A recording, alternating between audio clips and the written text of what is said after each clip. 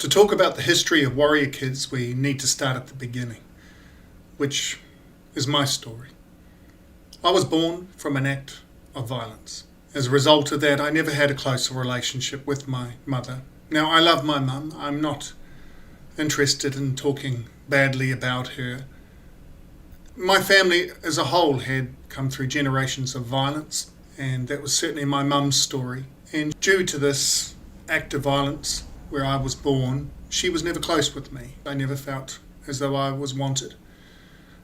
The reason I believe that she had me was because of the pressure of the church and the extended family. And I say that with no ill feeling.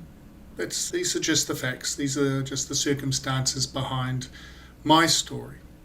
So my childhood was pretty rough. And as a result of that, so my biological father is renowned for his crimes, and he spent a lot of his time in prison. It was always a shadow over my life.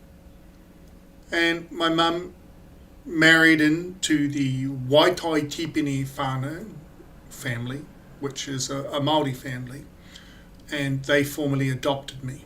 So that was my upbringing. I was raised in two cultures, Māori and New Zealand European. My mum, when I was 8 years old, she came into my bedroom and she sat on the edge of my bed. And earlier in the day, I had asked her a question. You see, my sister had just started school. Now, my sister, she is the biological daughter of my mum and my stepdad. So my sister's a different colour to me. I'm white, she's brown. And at school, the kids started to ask me, why is your sister a different colour from you? I had vague memories, but I had just come to accept that my sister was my sister, my dad was my dad, and that was that. And that we were a blend of Māori and Pākehā family. And so I really didn't see my sister as being different from me in any way. But when the kids at school noticed and started asking me questions, why is your sister a different colour from you? I didn't have an answer. So when I went home, I asked my mum. That evening, my mum came into my room, sat on the edge of my bed, and she told me about my biological father and what a terrible man he was. And by all accounts, what she has said is factual. There's crimes and news articles about the horror that he's inflicted on many families. And so at that point, my mum looked at me and she told me that this man was a monster and that I would grow up to be a monster too, that I would hurt women and children, and that there was nothing I could do to change that. Now, I wanted my mum's love desperately.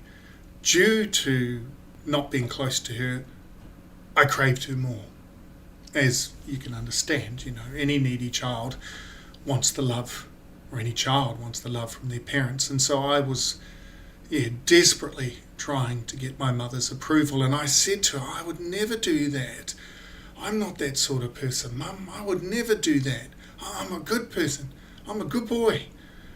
And she told me that there was nothing I could do about it, that it's just the way that it was, and I would end up hurting women and children. I was determined to prove her wrong.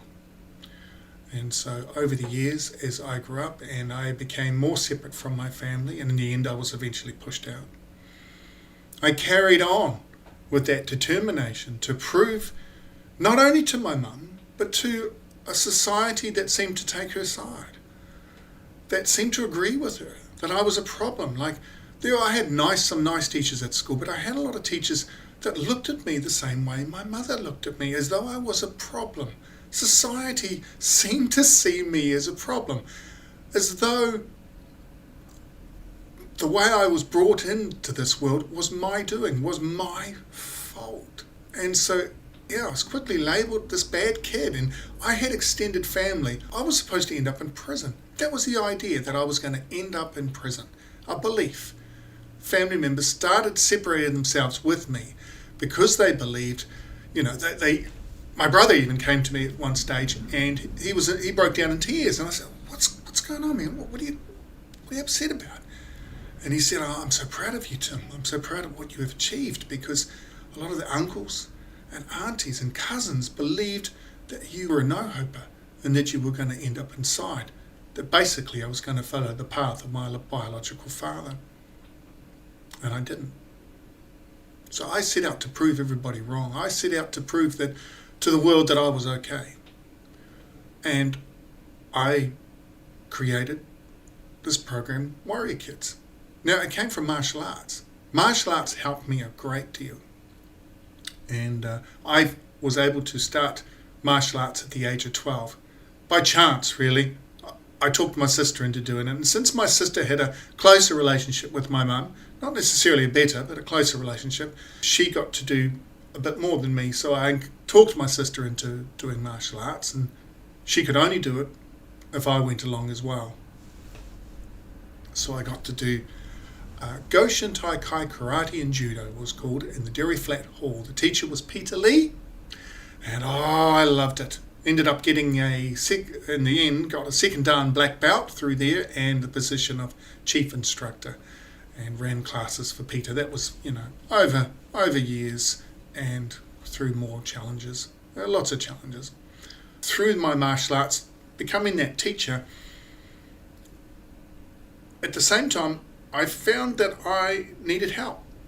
I wasn't doing so well. And I ended up in therapy. I ended up doing psychotherapy, quite intensive. There was a place in Henderson called Henderson House in West Auckland, New Zealand. And there was a year-long waiting list to get in, unless you were considered to be a harm to yourself or to others. A threat to yourself or a threat to others. And,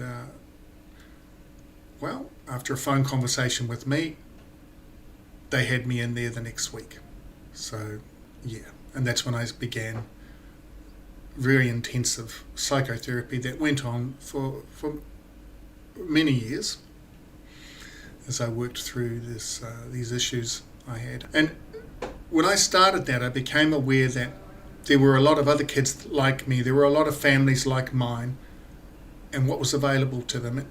And I had wanted help as a kid. I had even reached out to teachers and to family members seeking help, even spoken to police. But no help was given.